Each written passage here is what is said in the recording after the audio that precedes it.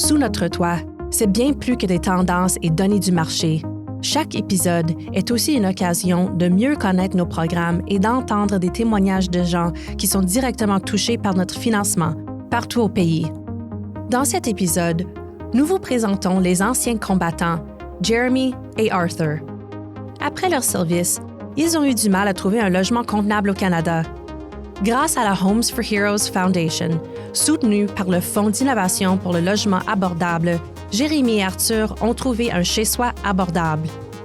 Ils ont aussi pu obtenir les soutiens et les ressources dont ils avaient besoin pour faire la transition vers la vie civile.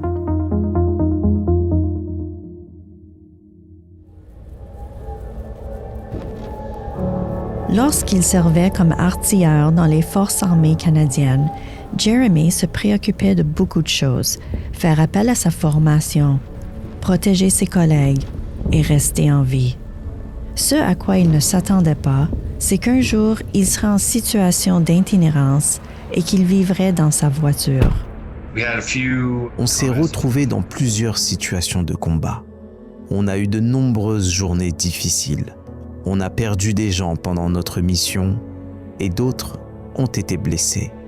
J'ai perdu un de mes bons amis là-bas. Jeremy faisait partie des 40 000 militaires canadiens déployés en Afghanistan de 2001 à 2014 pour combattre les talibans et stabiliser la situation du pays. À la fin de sa mission, il s'est marié et a déménagé en Alberta. Il voulait poursuivre sa carrière militaire, mais une grave blessure au dos a mis fin à ses plans. Incapable d'accomplir ses fonctions, il a dû quitter les forces armées. J'avais décidé de rester dans l'armée. C'était la famille que j'avais choisie. Mais ça n'a pas fonctionné. Son mariage avait aussi pris fin et il a déménagé à Edmonton pour repartir à neuf. Mais la pandémie de COVID-19 a commencé, rendant cela difficile. Lorsque Jeremy a cessé de recevoir ses prestations d'invalidité, il a emménagé chez une amie. J'étais atteint d'un trouble de stress post-traumatique, mais je n'ai pas été diagnostiqué. J'étais déprimé et j'avais énormément de problèmes de santé mentale. Je savais que j'avais des problèmes, que j'étais dans une spirale descendante. Ne voulant pas se sentir comme un fardeau, Jeremy est parti de chez son ami et a commencé à dormir dans sa voiture. Sans savoir quoi faire par la suite, il s'est adressé à quelques organismes pour anciens combattants et a finalement trouvé la Homes for Heroes Foundation. On m'a offert un logement et aidé lorsque j'étais au plus bas.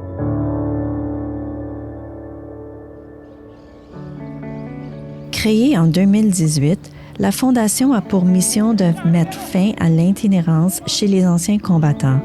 Pour ce faire, elle leur procure non seulement un logement, mais leur offre aussi des ressources et des services pour faciliter leur transition vers la vie civile. Selon Brad Field, président-directeur général de la Fondation, il y a environ 10 000 anciens combattants en situation d'itinérance au Canada. Les anciens combattants et de nombreuses autres personnes sans logement se heurtent à des défis semblables, notamment des traumatismes, des enfances instables, des dépendances et des problèmes de santé mentale et physique. Toutefois, les anciens combattants peuvent aussi devoir composer avec des changements de la dynamique familiale ou avec de mauvaises perspectives d'emploi à leur retour au pays. Certains anciens combattants se retrouvent dans la rue avec à peine plus que l'argent d'une pension militaire ou d'une prestation d'invalidité dans leur poche. Nous reconnaissons l'effort qu'il faut aux personnes qui ont servi leur pays pour demander de l'aide. C'est un énorme pas, surtout pour celles provenant du milieu militaire. La Fondation a construit 3 villages jusqu'à présent pour un total de 55 logements. À Edmonton, 20 logements ont été créés grâce au soutien du Fonds d'innovation pour le logement abordable du gouvernement du Canada. On compte aussi 15 logements à Calgary, 20 à Kingston et on planifie en construire davantage à Winnipeg et à London. La plupart des anciens combattants restent dans les logements de Homes for Heroes pendant 6 à 24 mois. Les loyers et les coûts des services publics sont maintenus à un niveau abordable. De plus, Des travailleurs sociaux sont disponibles pour offrir du soutien et faciliter l'adaptation à la vie civile. Brad affirme que Homes for Heroes doit sa réussite au fait qu'elle rassemble d'anciens combattants. C'est très important, et c'est donc le fondement de la façon dont on conçoit nos villages. Ils comprennent un centre communautaire ou un centre de ressources où les anciens combattants peuvent se réunir pour raconter leur histoire et parler des traumatismes et d'autres choses.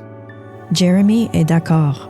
L'une des choses dont je me suis rendu compte lorsque j'ai quitté l'armée, c'est que pendant les 13 années où j'étais militaire, il y avait toujours quelqu'un pour surveiller mes arrières.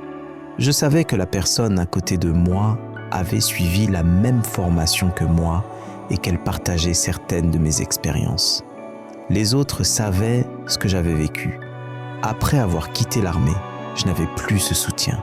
Après avoir passé 8 mois dans un logement de Homes for Heroes, Jeremy s'est remis sur pied et a trouvé un emploi à temps partiel. Je me suis retrouvé. Un des quelques 90 anciens résidents, il fait maintenant du bénévolat comme intervenant en service de soutien aux pairs pour les nouveaux résidents. Mon approche, c'est de leur dire « j'étais à votre place ». Certaines des difficultés qu'ils traversent, moi-même, je les ai connues. L'un des anciens combattants que Jeremy soutient est Arthur, qui vit actuellement dans l'ancien logement de Jeremy, dans un village de Homes for Heroes. Arthur a passé la plus grande partie de sa carrière militaire au Manitoba jusqu'à ce qu'il soit contraint de la laisser de côté en raison de blessures liées au travail. Des cafouillages avec sa pension et ses prestations d'invalidité l'ont laissé sans revenu. Se retrouvant avec peu d'options, il a emménagé chez son ancienne famille d'accueil. Je ressens constamment une douleur intense, 10 sur 10. Parfois, ça me met à genoux. Je n'ai pas pu travailler et j'ai été un énorme fardeau pour ma famille. Afin d'éviter de compromettre ses liens familiaux, Arthur est parti. C'est à ce moment-là qu'il a découvert Homes for Heroes. Il a trouvé un chez-soi et a obtenu du soutien pour la demande de prestations et l'accès à des services de réadaptation. Pour lui, c'était un énorme soulagement qui est arrivé au bon moment. En gros, j'allais me retrouver à la rue. Jeremy et Arthur sont extrêmement reconnaissants du soutien qu'ils ont reçu du personnel et des travailleurs sociaux de Homes for Heroes. Jeremy prévoit faire des études en travail social afin de se bâtir une nouvelle carrière où il aidera d'autres anciens combattants à relever des défis semblables. Au village de Homes for Heroes, Arthur prend les choses au jour le jour. Je pensais devoir m'en sortir tout seul. Pour l'instant, dit-il, Homes for Heroes est la solution dont il a besoin. Merci de votre intérêt. Vous trouverez d'autres exemples de réussite sur notre site web à l'adresse schl.ca/l'observateur, _logement.